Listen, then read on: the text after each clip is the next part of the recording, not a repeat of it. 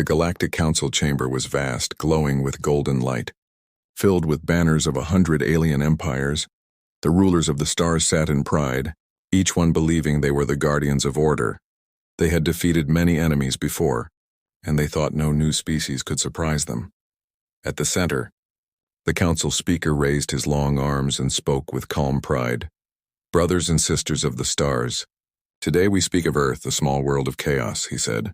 Laughter filled the chamber, cruel and sharp. To them, humanity was only a young race, a voice too small to challenge their ancient powers. "Humans fight with crude iron and explosive shells," one alien admiral sneered. "They still throw metal at enemies like cave hunters," another laughed. The chamber shook with amusement. They believed humans could never stand against fleets of plasma cannons, energy beams, and shielded dreadnoughts. But one voice did not laugh.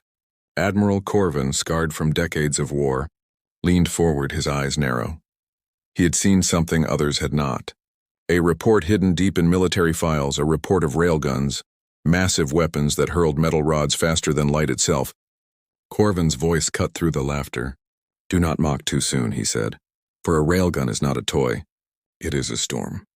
The room grew quieter, but the others still smirked. "Old weapons," they replied. "Bullets and rods cannot match plasma." But Corvin's words haunted them. He described a battle, a skirmish against human ships on the edge of Council space. A single Terran destroyer had fired its railgun. The round had punched through shields, pierced armor, and split a cruiser in half. Not even their strongest energy barrier had stopped it. Still, the Council remained blind. Pride made them deaf to warning. They thought it was luck or trickery. They believed humanity was too small, too fragile, too new to the stars to be a threat. The speaker banged the staff on the floor. "The Council stands united," he declared. "We will crush their pride before it grows too high." A vote was taken, and the decision was made. Humanity would be forced to bow or be destroyed. But in the shadows, a different story began. Whispers traveled between frightened messengers. Fleet commanders reported strange encounters.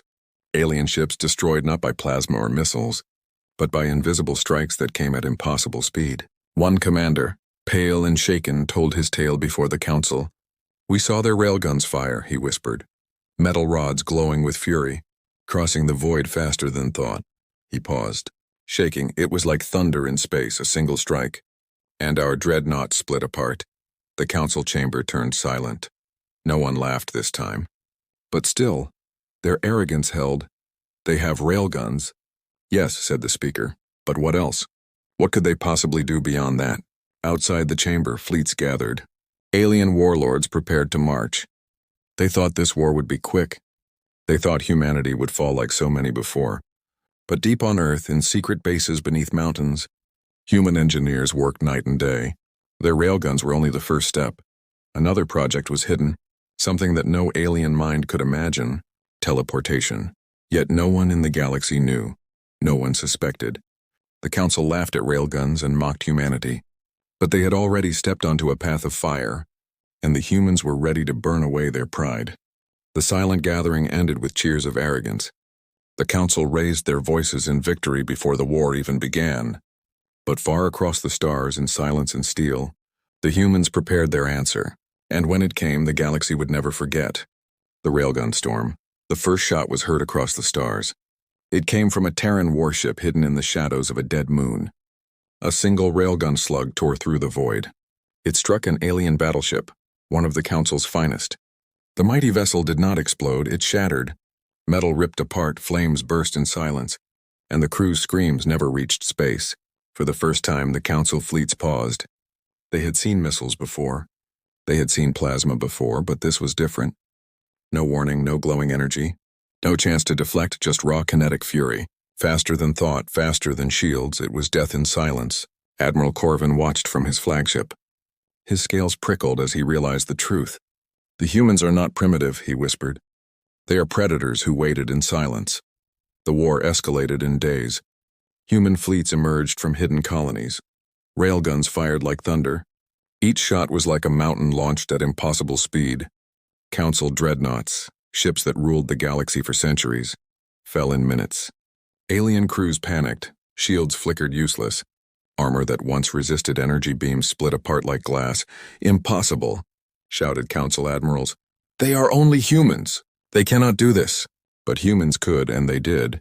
Every shot told the same truth. The galaxy had never prepared for this kind of war. While others trusted glowing beams and plasma storms, humanity had turned to pure physics, and physics did not lie. Yet even as the railguns roared, whispers spread. Something else was happening, something darker. Council scouts reported strange movements. Entire human fleets disappearing from sensors, reappearing light years away without warning. At first, the Council thought it was stealth, or some kind of deception. But then fleets began vanishing in mid-battle. One moment hundreds of human ships stood before them.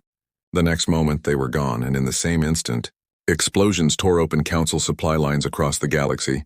Panic spread like wildfire. How did they move? Admirals demanded.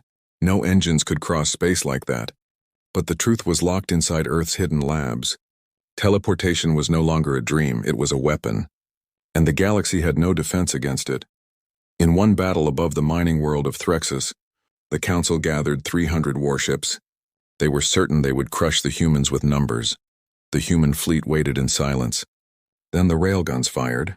Slugs ripped through cruisers, tearing them apart like paper. But the humans did not stop there. Half their fleet vanished in a blink, only to reappear behind the Council formation. Railguns fired from front and back.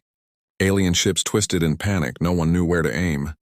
No one knew where the next attack would come. The Council's admiral shouted, "This is not war, it is slaughter."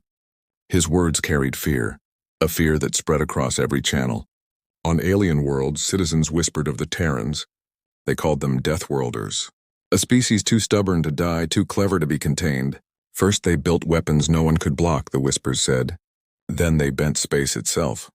The Council tried to silence the fear, but even their soldiers trembled. For every fleet sent to crush Earth came back broken, and sometimes never came back at all. In the Council chamber, chaos erupted. "We must end this war now," cried one voice. "No," shouted another. "We must crush them before they become gods." But beneath all the shouting, a darker truth rose in silence. It was no longer a question of winning or losing. It was a question of survival.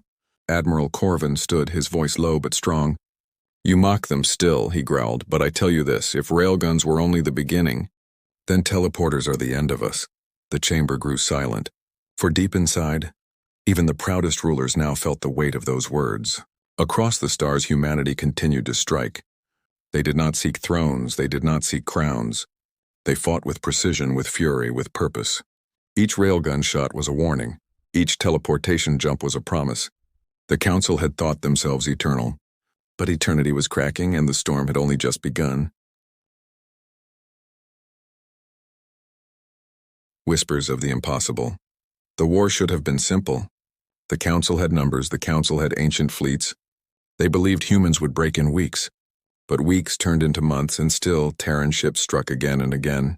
At first it was only the railguns' thunder in space, unstoppable slugs tearing dreadnoughts apart, but now there were reports that no one wanted to believe. Reports of impossible movement. Reports of fleets appearing where no fleet could be. In the shadowed halls of the Council's War Command, voices argued. "Our patrol in Sector 9 was destroyed," one commander whispered. "But no hyperspace trail was found." Another slammed his clawed hand on the table. "Lies. They cannot vanish like ghosts." But then a scout limped back, his ship cracked and burned, his voice shook as he gave his report. "They were not there." "Then they were," he said. "One heartbeat empty. The next heartbeat full of human warships." He swallowed hard. "They fired before we could even scream." The chamber fell into silence. The word none wanted to say spread across the table like poison. Teleportation. The Council had known of the theory. Great minds once dreamed of it, but they had abandoned the research centuries ago. It was too unstable, too dangerous, and yet the humans had done it. They had not only built teleporters, they had turned them into weapons. On the battlefield, the truth became impossible to deny. Entire Terran squadrons disappeared in the middle of combat. Alien ships moved to chase them, but suddenly, the humans reappeared inside the formation. Railguns fired at point-blank range. Hull after hull cracked apart. The battles turned into slaughter. One alien captain screamed over the comms, "They are demons. They move like shadows through the stars." Fear spread faster than fire. On alien colonies, civilians whispered to one another, "If they can appear anywhere, who is safe?" "Not even the capital worlds," others said. "Not even the council itself," and soon, those whispers became true. On the jewel world of Raithar, a palace guard swore he saw human marines inside the city. No ships had landed, no alarms had sounded, but scorch marks and shattered walls proved something terrible had happened. They were already there. And then they were gone, inside the council. Paranoia grew, guards doubled, doors locked, shadows feared, but still, whispers followed them. Some claimed human assassins walked their halls unseen. Others swore railgun slugs had appeared in sealed vaults with no path inside. The speaker of the council shouted in rage, "They are not gods. They are not spirits. They are only humans." But his voice cracked with fear. Even he no longer believed his own words. Among the humans, the plan was clear. They did not waste time with grand speeches. They fought with cold precision. Each strike was chosen. Each target shattered. To them, the council was not a mountain. It was a wall of glass waiting to break. In underground war rooms on Earth, commanders stood over glowing maps. "Railguns break their fleets," said one general. "Teleporters break their will," another replied. The room nodded, for they knew the truth. The council's power was already dying. It was not a war anymore, it was a countdown. Yet humanity did not seek to conquer. They did not raise banners over alien worlds. They struck, they vanished, they moved again, and every time, the message grew clearer. You mocked us. You tried to crush us. But you cannot stop us. Back in the council chamber, Admiral Corvin stood once more. His scales were pale, his voice low but heavy. "We laughed when we saw their railguns," he said. "We cursed when we saw their teleporters." He looked across the silent faces of rulers who had once mocked him. But what if this is not the end? What if this is only the beginning? A cold silence fell. For deep inside, every alien leader knew the truth.